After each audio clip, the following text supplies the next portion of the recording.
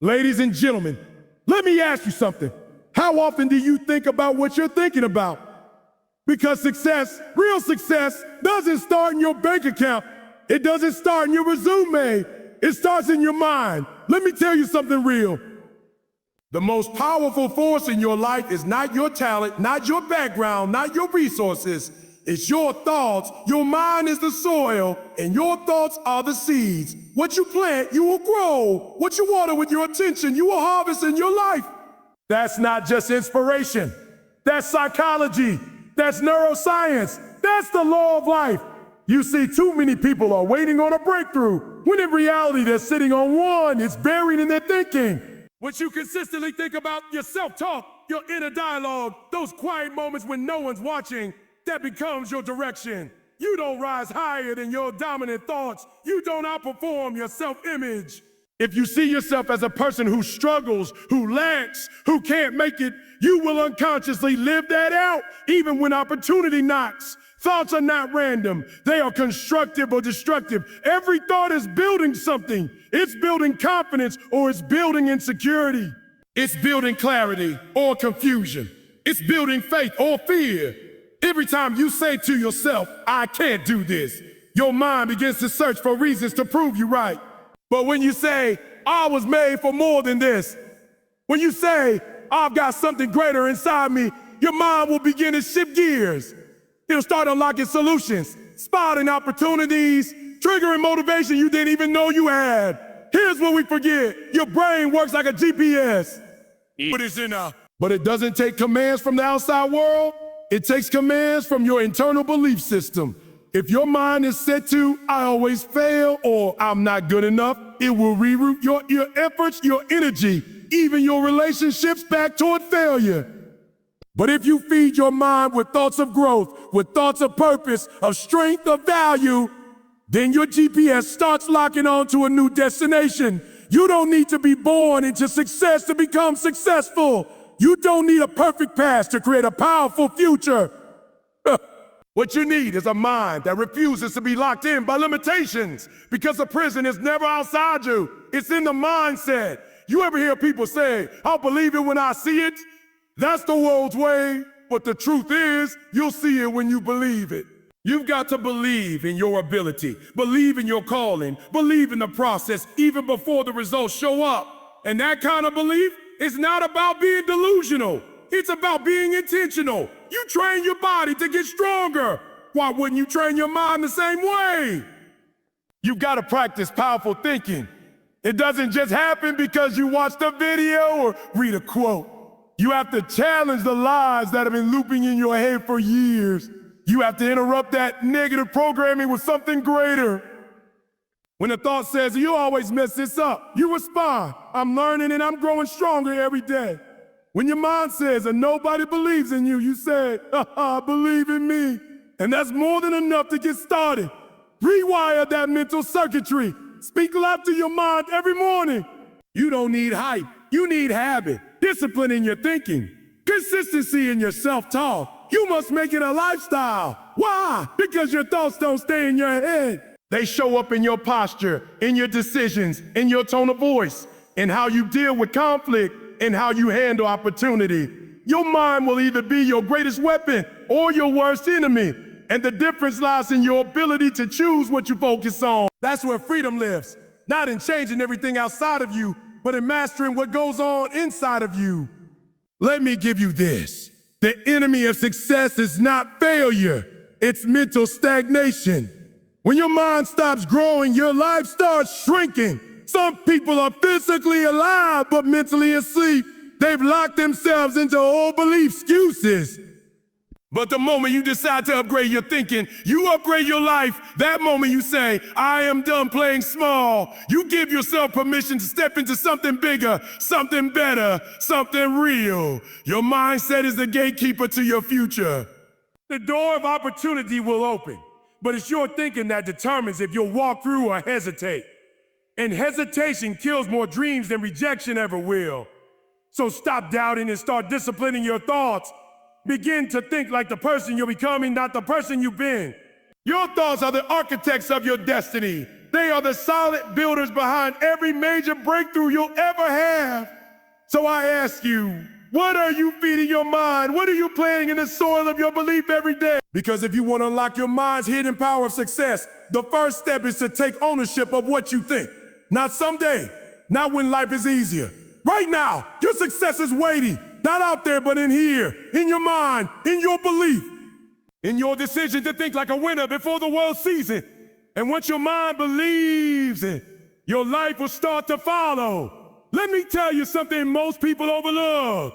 Your mind is a muscle. And just like any other muscle in your body, if you don't train it, it gets weak. If you don't stretch it, it stays limited. If you don't feed it the right fuel, it starts to break down. People will go to the gym 5 days a week to work on their biceps, their chest, their abs. But when was the last time you hit the gym for your thoughts? When was the last time you worked out your discipline, your focus, your resilience? That's where the real power lives. Not in how fast you can run or how much you can lift, but in how long you can stay focused, how well you can think under pressure, how calmly you can respond when life starts throwing chaos your way. See, the strongest people in the world aren't the ones with the biggest muscles. It's the ones with the sharpest minds, the most trained mind. Your mind doesn't come fully developed. You weren't born with grit. You weren't born with focus. You build those, you stretch those, you strengthen those. That's why people who keep winning in life don't just rely on motivation. They rely on mental habits. They wake up early, not because it's trendy, but because it trains their discipline. They read constantly, not to look smart, but because they know mental growth requires intentional feeding. They reflect, they journal, they plan, because clarity doesn't fall out of the sky. It comes through deliberate thought work. And let's be honest, this world is loud, distractions are everywhere. Notifications, entertainment, information overload. If you don't take control of your attention, the world will. If you don't guard your mental energy, it will get spent on things that don't serve your future. Your mind is like a battlefield, and if you're not fighting to protect your focus, you're surrendering it without even knowing. That's why training the mind is not optional. It's essential. You've got to do the reps daily. You've got to build mental endurance. It starts with little things. Wake up when you said you would. Finish what you started. Read a chapter a day, even when you're tired. Meditate or pray, even when your mind is racing. That small act of stillness, that's mental strength training. Every time you choose focus over distraction, discipline over comfort, you're building mental muscle. Think of your mind like an athlete. An Olympic-level athlete doesn't train once in a while. They train with intention, with purpose, with consistency. You want your mind to perform under pressure? You've got to build in peace. You want to be able to stay calm in chaos. You've got to train your thoughts when things are still. You don't become mentally tough when life is easy. You become mentally tough when you practice strength during the ordinary moments. Let me tell you something else. Every challenge, every setback, every painful experience in your life is an invitation to grow mentally. The mistake we make is thinking struggle is just suffering, but struggle is training. When you face difficulty, that's your chance to get stronger. That's your weight room. Most people run from discomfort, but if you're serious about unlocking the hidden power of your mind, you've got to lean into it. You've got to use it. You ever wonder why some people bounce back and others break down? It's not about luck. It's about mental conditioning. See, a trained mind doesn't crumble under pressure. It gets clearer. A trained mind doesn't panic in uncertainty. It searches for strategy. A trained mind knows how to navigate fear, how to withstand criticism, how to keep moving when the feelings aren't there.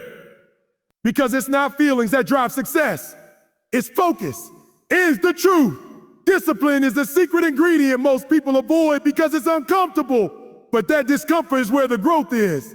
Your dreams are not waiting on more talent. They're waiting on more training, more reps, more early mornings, more mental effort, more structure, more mastery over your time and attention. Because you don't rise to the level of your goals, you fall to the level of your training. And if your mind isn't trained to be focused, to be sharp, to be resilient, then all the goals, all the vision, all the plans, they collapse the moment pressure hits. So train daily, study relentlessly, reflect often, create space for silence, protect your mental diet, cut the junk. Surround yourself with people who speak life, not drain it. Eliminate the noise. Focus like a surgeon, because when your mind is sharp, your decisions get better. Your energy gets clearer. Your words carry weight. Your presence starts to shift rooms. Because trained minds create transformed lives. Never forget this. No one's coming to train your mind for you. It's your job. It's your responsibility. You were given a powerful tool. Now you've got to sharpen it. You've got to build it into a weapon for growth, for excellence, for leadership. So if you want to unlock the hidden power of success in your life, stop waiting for inspiration and start training your mind like your future depends on it. Because it does. Fear. Now that's a master illusionist. It wears 1,000 masks. Sometimes it shows up loud, screaming in your face. Don't try. You'll fail. Other times it whispers real soft. Then let's wait a little longer. Maybe next week. Maybe when you're more ready. But no matter how it dresses itself up, fear has one job: to hold you back. The problem is most people don't even realize they're living under fear's spell. They think they're being careful or logical or realistic. But deep down, that hesitation, that procrastination, that voice telling you to shrink, to sit still, to stay safe, that's not logic, that's fear. And fear is not truth. It's just a story your mind tells you when you're about to do something that matters. You see, fear doesn't show up when you're doing something small. It shows up when you're about to do something meaningful, something bold, something that might stretch you. So if fear is present, that's actually a clue. You're standing at the edge of growth. You're at the doorway of your next level. And the question is not, do I feel afraid? The question is, am I going to move anyway? Everybody feels fear. That's human, but not everybody obeys it. The difference between people who win in life and people who stay stuck isn't fear, it's response. Courage isn't the absence of fear. It's doing the right thing despite fear. It's showing up to the meeting even when your palms are sweaty. It's sending the proposal even when you're unsure of the outcome. It's stepping on the stage, launching the business, applying for the position, even when your voice shakes and your knees tremble. Because if you wait until the fear is gone before you move, you'll never move. You'll still be stuck 5 years from now, full of potential but empty on results. And I'll tell you something, regret is far heavier than failure. Failure can teach you, regret only haunts you. So don't let fear make your decisions for you.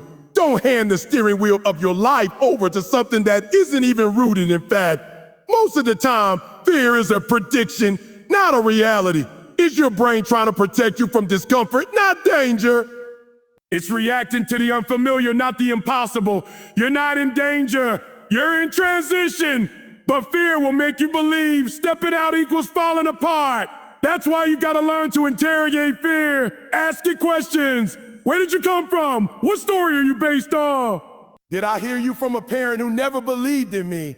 A teacher who told me I wasn't good enough? A memory where I failed and never processed it? The fear doesn't just arrive, it's planted. But here's the good news. If it was planted, it can be uprooted, it can be replaced. Whoa. And that's your job now, not to eliminate fear completely, but to refuse to be led by it. To feel and still move. To take fear along for the ride, but never let it touch the wheel. Because courage is built in motion. You don't become braver by standing still. You grow your confidence by doing hard things while afraid over and over, until your mind realizes fear was never the boss. You were. Now listen, your success, your breakthrough, your next level. It's on the other side of the wall that fear built in your mind. You're not locked out. You just haven't pushed through yet. That fear of rejection, push through. That fear of failure, push through. That fear of being judged, misunderstood, and laughed at, push through. Every time you act in the presence of fear, you take away its power, you shrink it, you silence it. You retrain your brain to see discomfort not as danger, but as proof you're becoming stronger. So from now on, I want you to see fear differently. Don't run from it, study it, stare it down, let it teach you, let it point you to. Because most of the time, the direction of your fear is the direction of your future. Your purpose is hiding underneath the thing you're most afraid to confront. And hear this, you were not given a spirit of fear. You were given power. You were given a sound mind. And that sound mind is your compass. Use it to reframe what fear says. When fear says, what if I fail? You answer, but what if I fly? When it says you're not ready, you say, oh, no one starts ready, but I start anyway. You rewire the script, one bold decision at a time. The people you admire, the ones who inspire you, they're not fearless, they're just trained.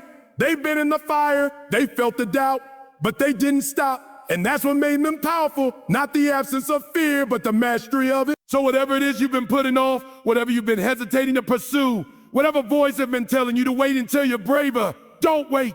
Do it now. Move in fear, speak in fear, build in fear. And before you know it, you'll be looking fear in the face with confidence instead of caution. Because at the end of the day, fear only wins if you stop moving. But you're not here to freeze. You're here to fly. Let's get one thing straight. Your environment matters. The people you allow into your space, the conversations you engage in, the energy that surrounds you daily, it all plays a part in shaping who you become. You are not just a product of your choices. You're also a product of your exposure. And that's something a lot of folks overlook when they wonder why they keep circling the same mountain in life. You could have a brilliant mind, a powerful vision, a burning dream, but if you keep surrounding yourself with small-minded people, with toxic thinking, with stagnant energy, then that dream starts to suffocate. Not because it's not real, but because the atmosphere around it won't let it breathe. Environments either nurture growth or they poison it. And your mind, your powerful idea-filled, purpose-driven mind needs the right climate to flourish. You see, you can't plant greatness in soil that's been contaminated with doubt. You can't build momentum in a space filled with people who are more committed to comfort than to change. If you constantly hang around those who settle, you'll start believing that settling is wisdom. If you're around people who always complain, you'll start calling it realism. But that's not realism, that's residue, leftover pain, leftover fear. And if you're not careful, their fear becomes your philosophy. That's why the first law of elevation is separation, not because you're better than anybody else, but because you're headed somewhere they might not be willing to go. And not everybody can go where you're going. Not everyone has the stamina, the mindset, or the faith to walk that road with you. You've got to stop dragging dead weight into your destiny. If they're not pushing you forward, they're pulling you back, plain and simple. And sometimes the toxic environment isn't just people.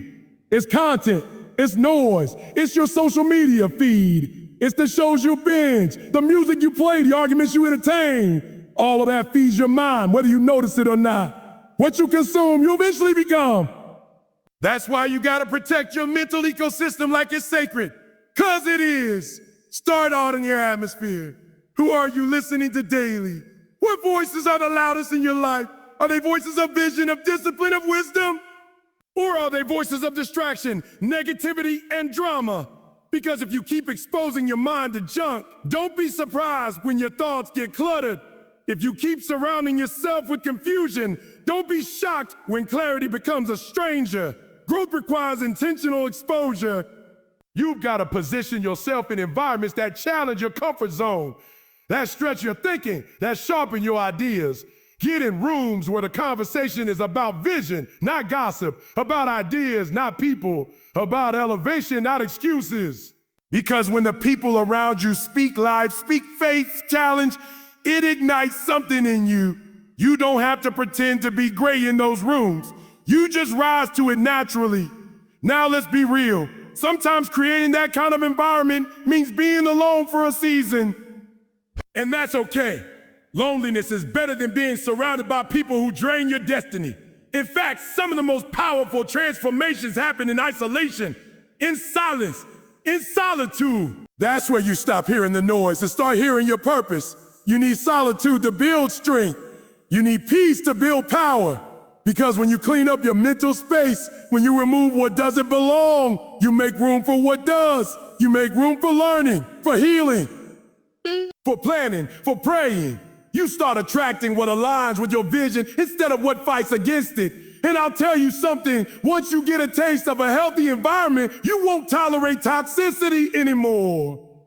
Once you experience conversations that uplift, people who challenge you, surroundings that stir your spirit, you won't go back to average.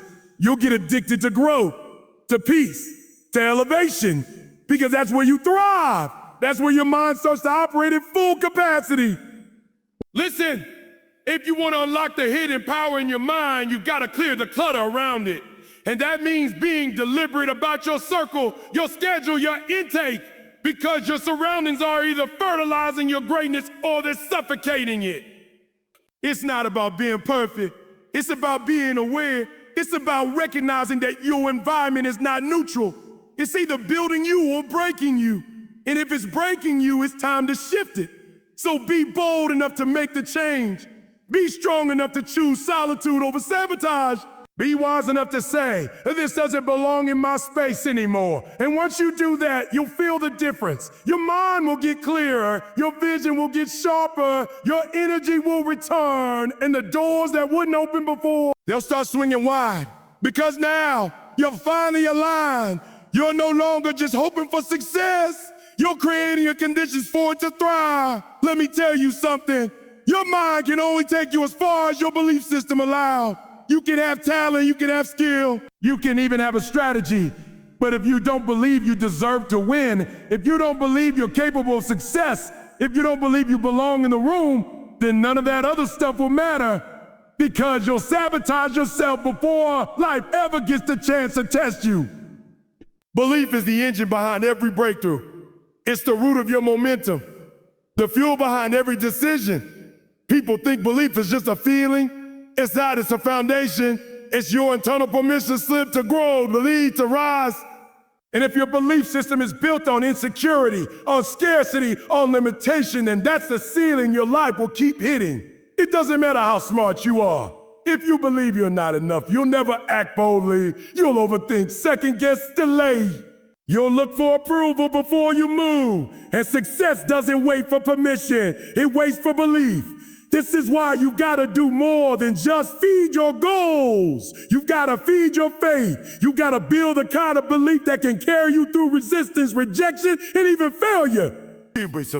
Here's what most people get wrong. They wait to believe after they see results, after something works, after they get confirmation.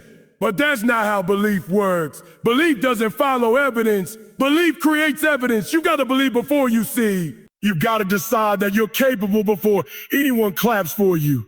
You've got to move like you're already qualified, already worthy, chosen, because that belief becomes your posture. That belief becomes your energy. And people don't just respond to your word. They respond to your certainty. You don't attract success by wishing for it. You attract it by walking like it's already yours. That's not arrogance.